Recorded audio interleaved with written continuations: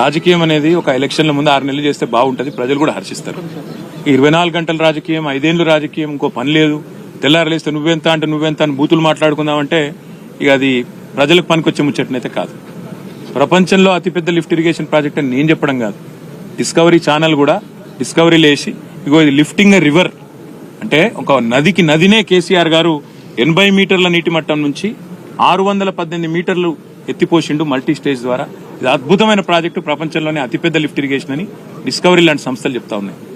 అమెరికాలో ఉండే America society for civil engineers మమ్మల్ని పిలిచి మరీ ఇంత అద్భుతమైన ప్రాజెక్టు వాళ్ళ సందర్శనకు వచ్చి చూసి అక్కడ పిలిచి మరీ అవార్డులు ఇచ్చినారు.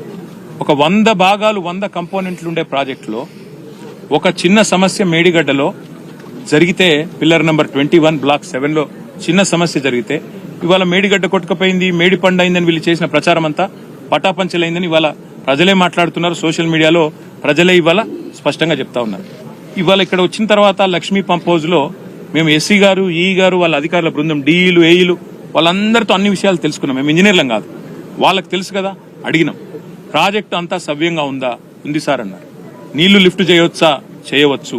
ఇప్పుడు నీళ్లు ఎంత మినిమం ఎంత ఎన్ని క్యూసెక్కుల ఇన్ఫ్లో ఉంటే చేయవచ్చు అని అడిగితే, సార్ ఇవాళ 9,60,000 క్యూసెక్కులు ఇవాళ ఇన్ఫ్లో ఉంది, కేవలం 30,000 క్యూసెక్కులు ఉంటే చాలు పంపులు నడపొచ్చు.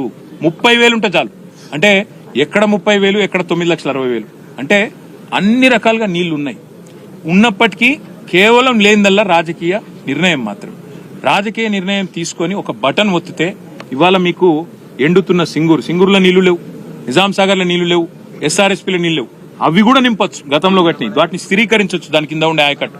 అదేవిధంగా కొత్తగా కట్టిన రిజర్వాయర్ మల్లన్న సాగర్, కొండపోచమ్మ సాగర్, అదేవిధంగా బస్వాపూరు, రంగనాయక సాగర్, అన్నపూర్ణ, మిడ్మానేరు, ఇవన్నిటికి వేరే ప్రత్యామ్నాయం కూడా లేదు. పైకున్న వాటికి, మిడ్మానేరు పైన ఉన్న వాటికి వేరే ప్రత్యామ్నాయం లేదు. కాబట్టి మనం చేయవలసిందల్లా ఇప్పుడు ప్రభుత్వాన్ని డిమాండ్ చేయడం.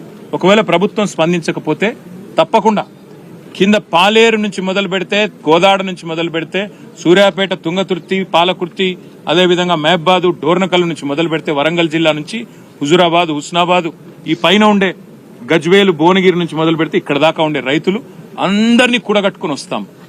వచ్చి నీళ్లుండంగా ఎందుకు నీళ్ళు ఎత్తిపోస్తలేరో నిలదీస్తాం. పంపులు ఆన్ చేసి నడిపించి చూపెడతాం. వాళ్ళు ఇంకేదో ప్రాజెక్ట్ కడతామంటారు. వాళ్ళు ఏది కట్టుకున్నా మాకు అభ్యంతరం లేదు, కానీ అది అయ్యే పని కాదని మీకు తెలుసు, నాకు తెలుసు. Please do subscribe to. Please do subscribe to. Please do subscribe to. Please do subscribe to. Please do subscribe to. Please do subscribe to KTV Telugu.